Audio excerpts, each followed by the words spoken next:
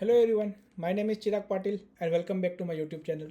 So in today's video, we will understand how naive-bayes algorithm works. Okay, so let's get started. So first of all, naive-bayes is an algorithm which is used for classification, right? So let me write here, it is used for classification, okay? And second, as name suggests, it use Bayes theorem, okay? So from Bayes theorem, we can say it is a model or algorithm which is highly dependent on probability mechanisms, okay, based on a probability. So in naive Bayes, we don't need any kind of training, or it will not use a gradient descent, okay. So let me write GD is not useful right here, because we will find the probabilities and based on the probability, we will predict our class, okay. So let's understand few probability concepts before starting a naive Bayes, okay. So here, let's say we are using two dice d1 and d2 and we are throwing them, and these are the possible outcomes, okay. We are doing sum d1 plus d2. So if you see this lighter part, it is nothing but the sum of d1 and d2, okay. So for example, if we are getting 1 in d1 and 2 in the d2, then sum will be 3, okay. Similarly, so let's understand first a basic probability, right? So let's say I need to find the probability that d1 plus d2 is less than or equal to 5. Then how can I calculate it? So if you see here, how many points are there or how many outcomes are there where d1 plus d2 is less than or equal to 5? So if you see here, this 1, 2, 3, 4, 5, 6, 7, 8, 9 and 10, right? Whether d1 plus d2 is less than or equal to 5. So we can say total 10 values are there where d1 plus d2 is less than or equal to 5. And how many total values when that d1 plus d2 can have? It is 36, right? 6 cross 6. So we can write 10 divided by 36. This will be the probability of d1 plus d2 less than or equal to 5. And how we will calculate it? So if you write in the word form, okay, so we can say total values where d1 plus d2 is less than or equal to 5, okay, and total possible values, right, where d1 plus d2 can have, okay, simple. So this is a basic probability, right? So now let's understand conditional probability, okay. So conditional probability can be written as probability of A given B, where A can be have one condition and B also one condition, okay. So let's say I want to predict that d1 is equal to 2 and d1 plus d2 less than or equal to 5.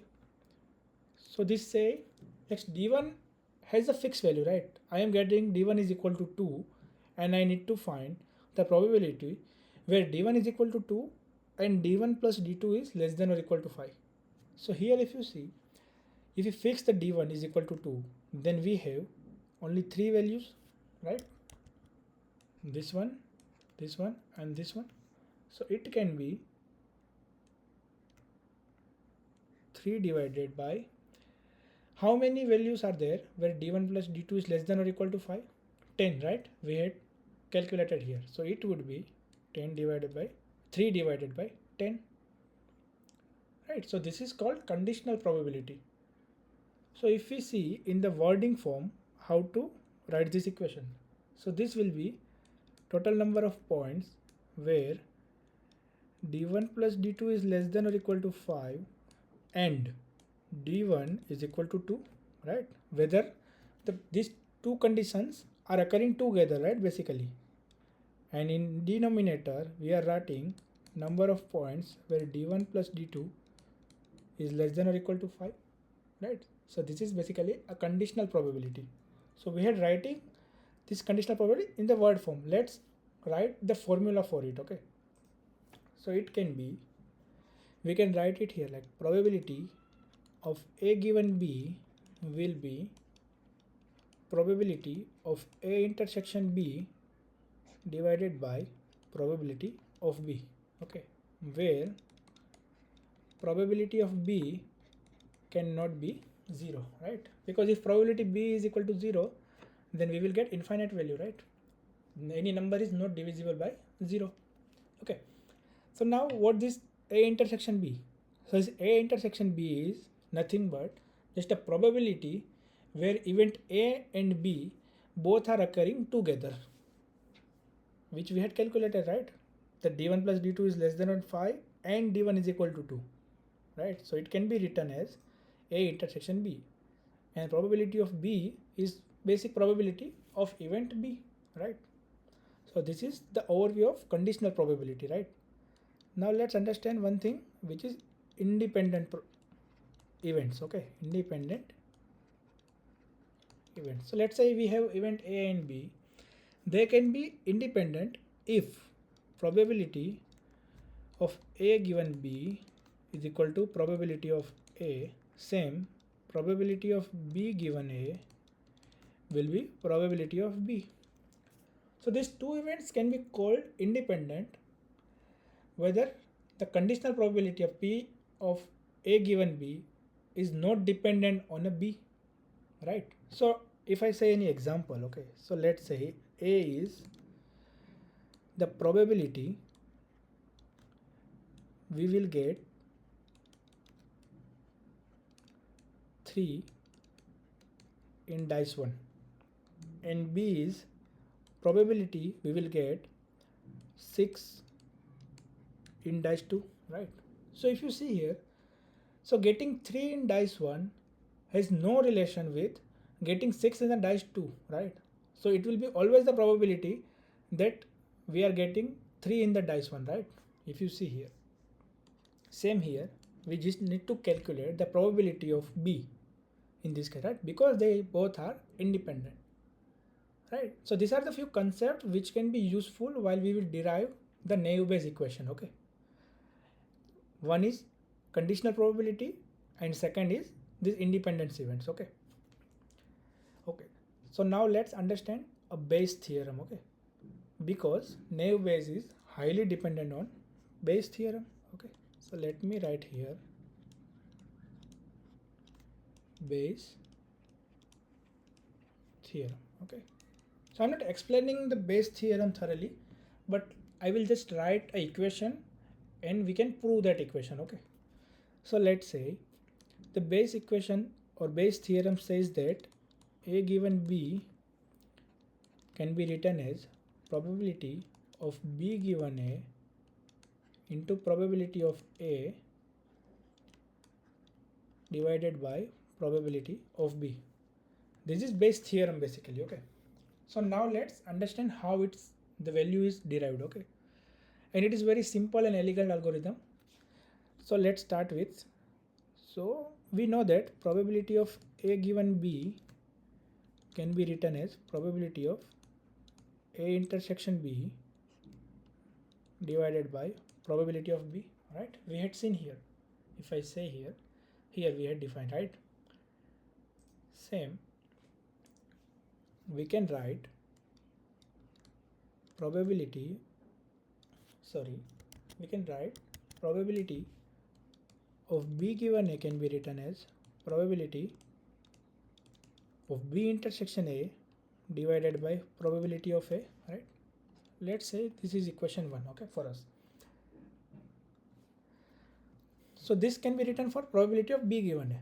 So now this A going this side, so we can write probability of B given A into probability of A is equal to probability of B given A. Okay, and we know that probability of A intersection B is same as probability of B intersection A. Okay, if you see logically it is correct, right? And mathematically as well. So I can write this as it can be equal to probability of A intersection B, right? Because this is nothing but the probability of event A and B occurring together, right? So let's say this is equation 2. So now if I use this equation 2 and put the value in equation 1, so what will be? Like this part will be, we can replace here. So now our equation can be look like probability of A given B is equal to probability of B given A into probability of A divided by probability of B, right? This is our Bayes theorem, right? Which is same as this. So this Bayes theorem is useful while we will derive naive Bayes equation, okay? So now let's go to the understand naive Bayes algorithm, okay? Let me write here naive Bayes. So now I think you can understand that why it is called naive Bayes. So first we understand because it is using Bayes theorem, these Bayes terms come, okay? We will understand why it's called naive as we will improve further, right? We will derive the equation, okay? So let's start with, let's say I have D features, okay? Let's say x1, x2, x3 and xd, okay? And I have k classes total, let's say c1, c2, c3 and ck, okay? So naive Bayes is classification algorithm, so we will have k classes, okay, and D features. So what I need to do while we need to predict, right? So basically we will find probability of, let's say, class ck given x, okay, and we need to find this. So from the Bayes theorem we can rewrite this equation, like probability of ck given x can be written as probability of x given ck into probability of ck divided by probability of x, right? From the Bayes theorem we can write this. So now what I will do, I will find this probability for each class. So I will find probability of c1 given x, probability of c2 given x, and so on, probability of ck given x, okay? And whatever class will have highest probability, we will assign that class to that particular x, okay? Fine.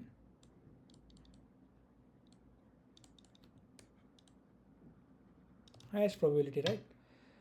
So if my class C2 has the highest probability from above all other classes, then we will assign that class to that particular x, okay? Here x is this d-dimensional vector, which is basically D features, right? So now how we can calculate these probabilities, right? Let's understand that. So let me write the equation again here. So it will be probability of ck given x will be probability of x given ck into probability of ck divided by probability of x. So if you see the denominator, it is same for all classes, right? If I say c1, c2, c3, so let's remove this for now or ignore this. So we can write probability of ck given x is equivalent to probability of x given ck into probability of ck, right? So if you see, probability of x given ck into probability of ck can be written as probability of x intersection ck. So you wonder from where we can write this, right? So if you see, when we are deriving the Bayes theorem, we have written this same thing, right? The probability of b given a into probability of a is equivalent to probability of b intersection a or a intersection b, right? So you can see ck, a is equal to ck and b is equal to x, right? So we can write this, okay? So now we can rewrite. Sometimes people use, instead of this intersection sign, we can write ck as well, okay? So now we have d-dimensional x, right? So this would be basically probability of x1, x2, x3. This comma is basically intersection, right? And so on xd and ck, right? So we need to find these probabilities, right? So now let's say probability of ck given x can be, let me write and I will explain how it's arrived. Okay, I can write x1 given x2, x3, so on xd ck into probability of x2, x3, x4, so on ck, right? So from here, if I say this is a, right, this part is a and this second part, sorry, and this second part is b, okay, let's say b and a. So I can rewrite it like this, right? Probability of a given b into probability of b, okay, same where we had written this, right? This equation basically simple, and we can simplify it further as well. So let's say probability of x1 given x2, x3, so on till xd and ck. Here as well, let's say x2 is equal to a and rest of part can be considered as a b. Then we can write x2 given x3, x4, so on ck, and same we will do same, right? It's called as a chain rule as well, and at the last we will have probability of ck, right?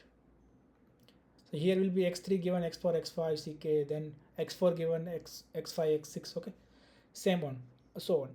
So this is basically our probability we need to find, okay.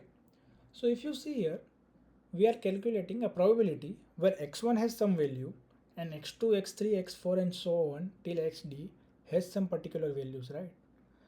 So if you see, to find this probability is very difficult. Why? Let me explain. Let's say you are finding a probability or class where we need to play a golf or not, okay. So there are a few features, let's say outlook, temperature, is it a windy or not, and again there is a class, okay, which can be yes or no. So here you are saying, let's say x1 is equal to outlook. Outlook can be rainy, temperature can be cold. These are one of the value, okay.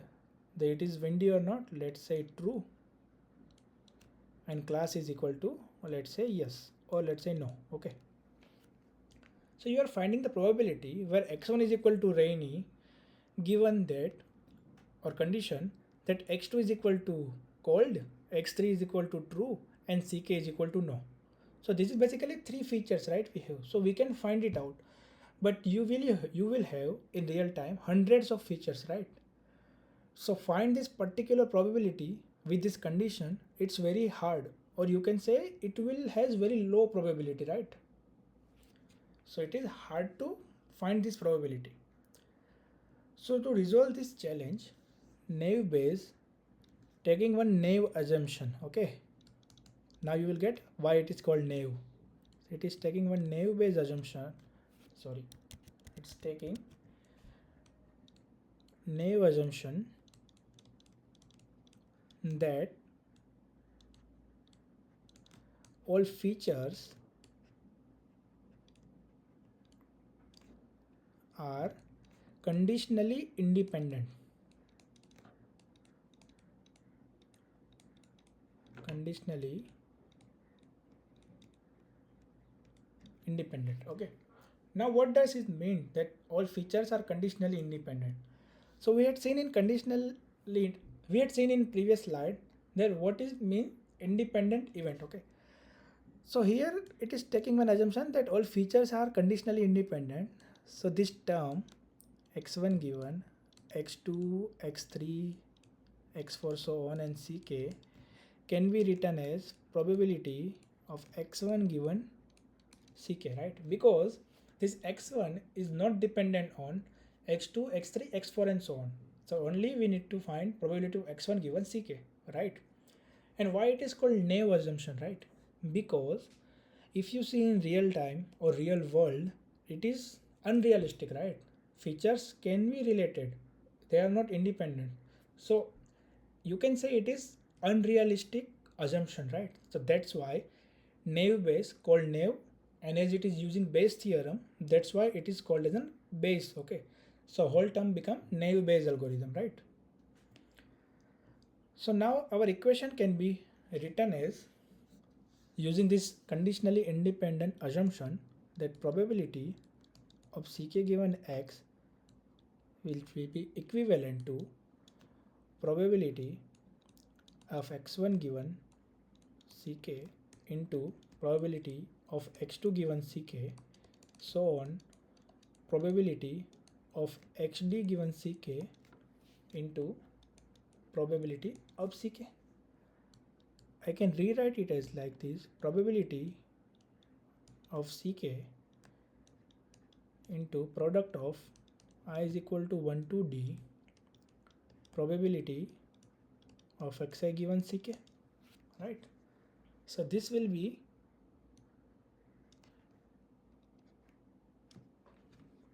a final equation for naive Bayes, right?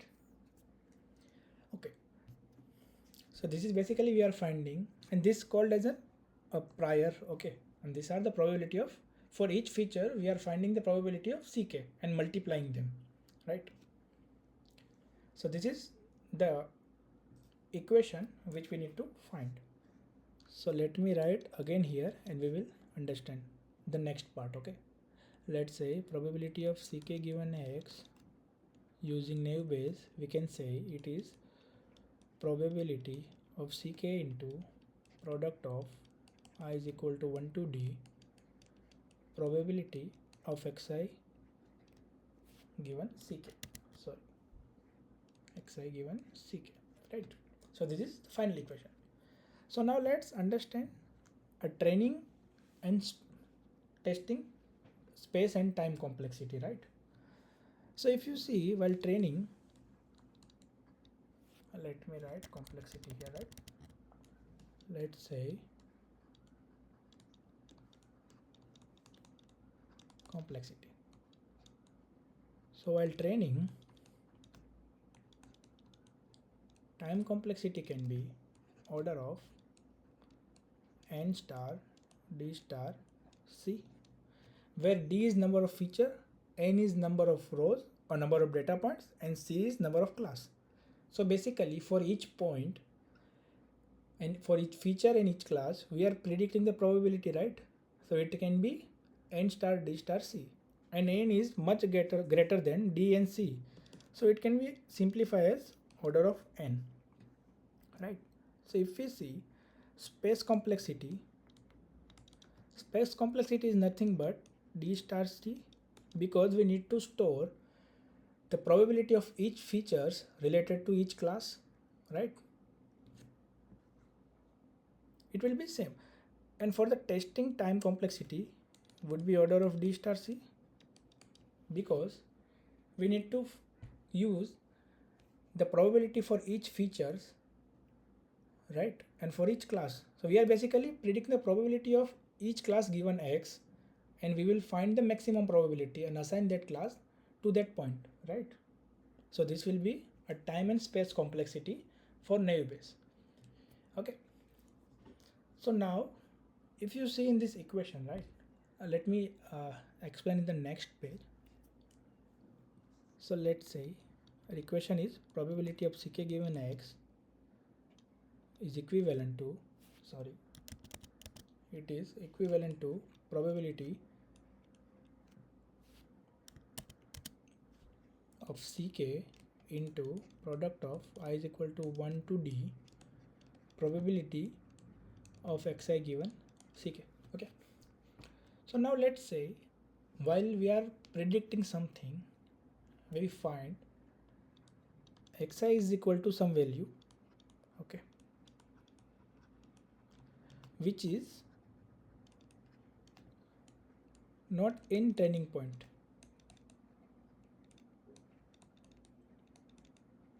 Okay, so what does it mean? So basically we are calculating these probabilities for given xi, right, from training point, but it can be happen when you are testing you will not find this xi, right?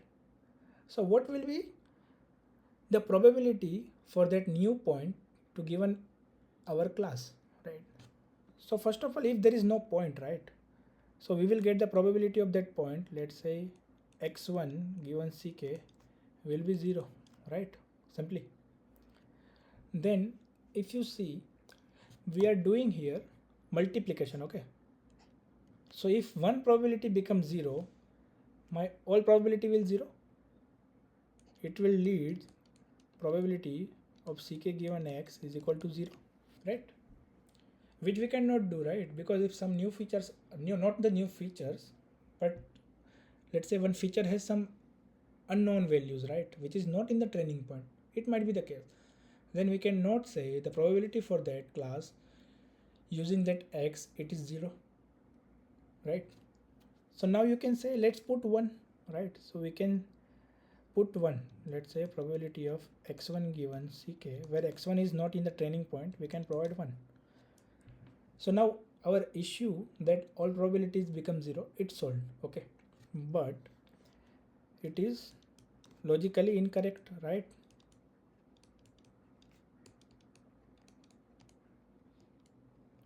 Right, because you are saying that you haven't seen that point particularly in training point, but you are saying due to this point the probability of getting ck is 1, which is logically incorrect, right? So we cannot use 1 as well here, right? So what we can do to get rid of this issue?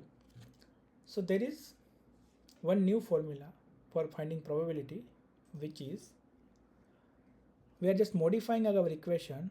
Let's say probability of xi given ck can be written as, for new point it will be 0, right?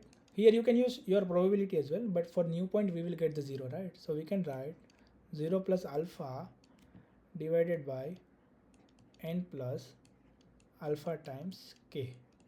Okay, where alpha is hyperparameter. Okay, we will see how to tune it. Okay, hyperparameter, and k is,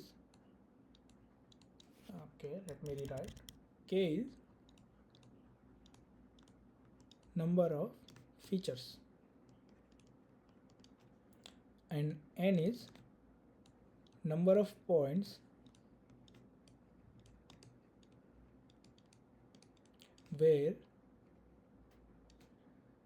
c is equal to ck. So basically where the class is ck, we need to calculate that number of points. Okay, so let's say out of 100 there are 10 points which has a class ck, then the n would be 10, and k is basically number of features. So if you have 10 features, then k would be 10, and alpha is a hyperparameter which we can provide the value of alpha. Okay, so now let's understand why we, or what we are doing and why we are doing, right? So let's say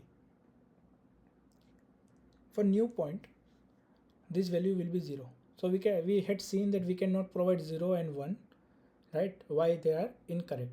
So now let's say I am providing alpha is equal to 1, right? So let's understand alpha is equal to 1. I have total 10 features. I have 100 sample where class is this ck. Okay, so now I can rewrite as 1 divided by 100 plus alpha is 1 and 1 into k is 10, right? So now this, let me write here probability of xi given ck, right? This will be 1 divided by 110, right, which will be a smaller value.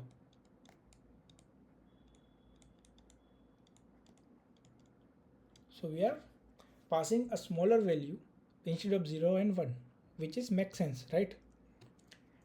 And if let's say my alpha is higher value, okay, I am increasing alpha, let's say alpha is equal to 1000, then what happened? It will be 0 plus 1000 divided by 100 plus 1000 into 10, right? It will be 1000 divided by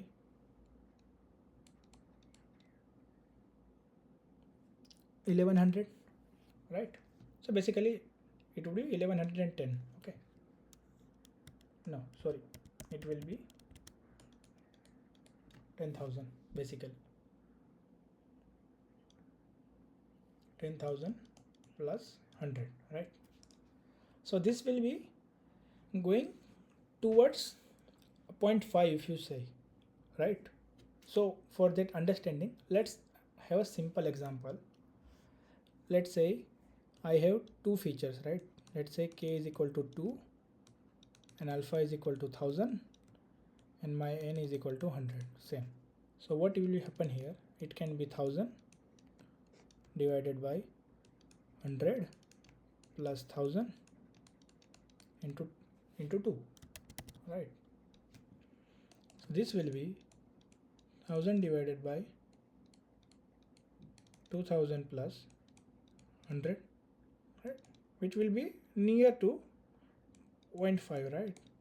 So here as well you will find some lesser value, but the point is when you are increasing the alpha value, your probability moves towards 0.5, right? Which will not be exactly 0.5 but near to 0.5. So basically what we are saying here, if alpha is higher, we are giving the benefit of doubt that the probability for that can be 0.5, right?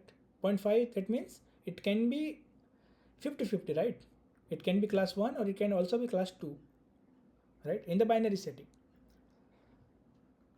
So here, while using alpha smaller value, or you can say if we decrease the alpha,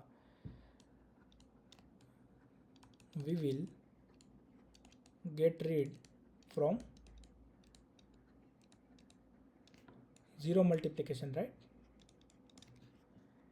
And alpha is higher, we will get near to 0.5, right? So this technique called Laplace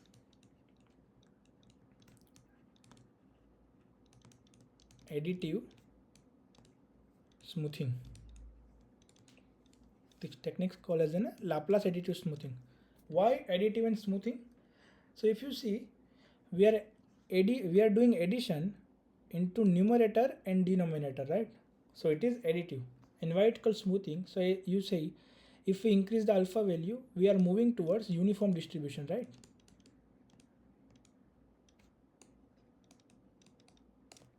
So it is smoothing our values. So this technique is called as a Laplace additive smoothing. The formula is this. We are adding something in the numerator and we are adding something in denominator as well, right? That's why it's called Laplace additive smoothing. And often people use alpha is equal to 1 and it's called as 1 additive smoothing.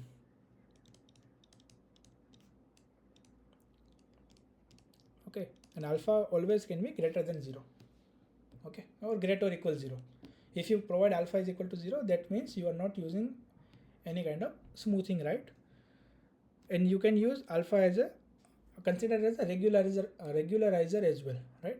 So this is about Laplacian additive smoothing, right? So now we are getting rid of the value which we will get runtime, which is not in the training point, right? Now there is one more issue with this equation. So if you see, our equation is probability of ck given x is equivalent to probability of ck into product of I is equal to d probability of xi given ck, right? So you can see here we are multiplying multiple probabilities, right? And probability will always between 0 to 1, and in our case we will get very less probabilities, right? Because we have to calculate probability for each features.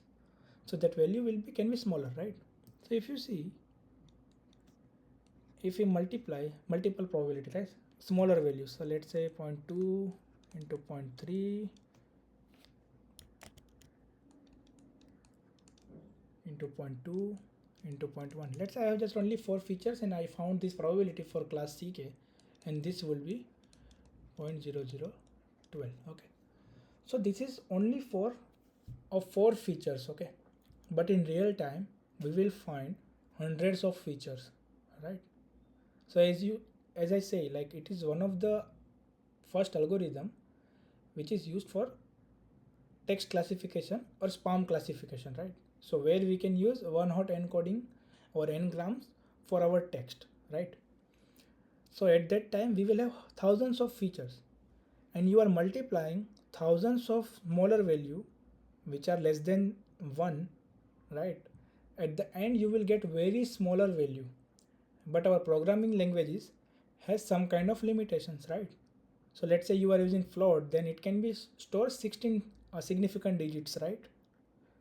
So once you are uh, getting more larger value, then it will try to round off this value, right? And you will end up with a different probability or very smaller probabilities, right? And not exact probability, because we are rounding off that. So that is called as a numerical instability, right? So to avoid this smaller multiplication, how to get rid of it? So we can use log probabilities. Log, sorry, let me rewrite. Log probabilities. Now we know that log is monotonic function, right? In previous video we had understand that log is monotonic function. We were using in logistic regression as well, right? Now log, what the log function do? So log is monotonic function. That means, let's say f of x if increase, then log of f of x will also increase, right? Value might be differ, but for given x, if our f of x is increasing, then our log of f of x will also increase. And if you see in our this equation, right, at the end we are comparing, we are not caring about the values which we will receive, but we will compare our k classes, and whichever is the highest value we will provide or assign that class to given x, right? So we can apply the log function here, and log has very nice probability that log of a into log of b can be written as log of a plus log of b, right? The log converts multiplication into addition, right?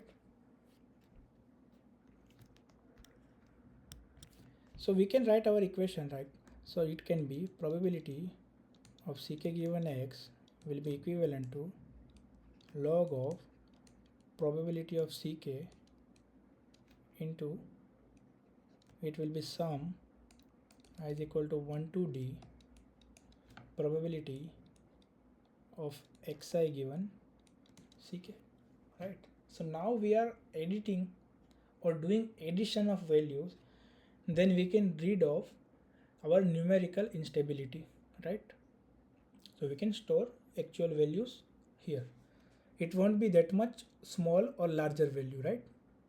So this is called as a log probability. Sometimes people use that log probability as well, right? So there are 3 basic concepts. There is one naive Bayes equation, and we are applying Laplace additive smoothing to smooth the value or overcome from some new value for each features, right? And there is log probability. So if we are getting very smaller values and we are multiplying that, so we will getting very more smaller value, right? So to solve that issue, we are using log probabilities, right? So this is about the naive Bayes, right? So if you have any query or doubt related to naive Bayes, you can write it down in the comment section. We can discuss there, right? In next video, we will implement naive Bayes algorithm using Python from scratch, right? So if you like my video, please press the like button and subscribe my channel. It will motivate me to create new videos, right? Stay tuned. We'll meet in the next video. Thank you.